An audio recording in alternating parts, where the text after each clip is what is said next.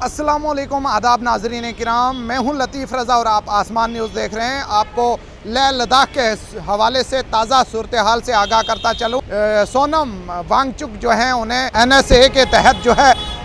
सरकार ने जो है सरकारी तौर पे गिरफ़्तार कर लिया है। गिरफ़्तारी के बाद जो है उन्हें जयपुर जेल के अंदर मुंतकिल कर लिया गया है, चूँकि हालात जो हैं काफ़ी गंभीर हैं, हालात बहुत ज़्यादा पुरतशद्दद हैं लेह लद्दाख के अंदर। इस चीज़ को पेश नज़र इस चीज़ को मद्देनज़र रखते हुए हुकूमत ने ये फ़ैसला किया है कि श्री वांगचुक जो कि सियासी कारकुन हैं, इस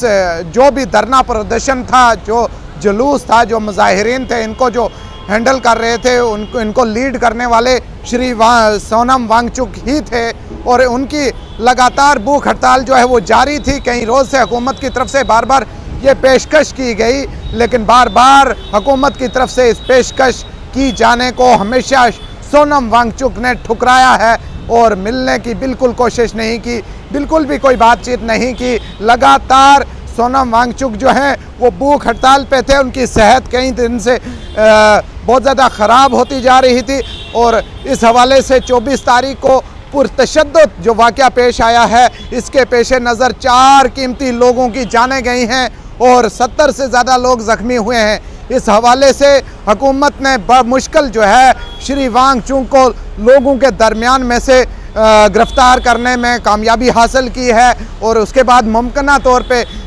लद्दाख के किसी जेल के अंदर जो है मुंतकिल करना था, लेकिन लेह लद्दाख के अंदर श्री वांगचुक जो हैं उनका किसी भी जेल के अंदर रहना अमल आमा के लिए एक ख़तरा था, एक परेशानी थी, जिस चीज़ को मद्देनज़र रखते हुए उन्हें यहाँ से बाहर की जेल में जो है मुंतकिल कर दिया गया है। और श्री वांगचुक के ऊपर हुकूमत ने काफ़ी हुकूमत की तरफ से जो ख़ास तौर पे हुकूमती ज़राए की तरफ से जो बताया गया है वो ये इल्ज़ामात हैं कि श्री वांगचुक के साथ जो है लगातार बात करने की कोशिश की गई थी, लेकिन बार बार उन्होंने जो है ठुकराया बात करने के उस अमल को और उसके बाद जो है लगातार वो वीडियो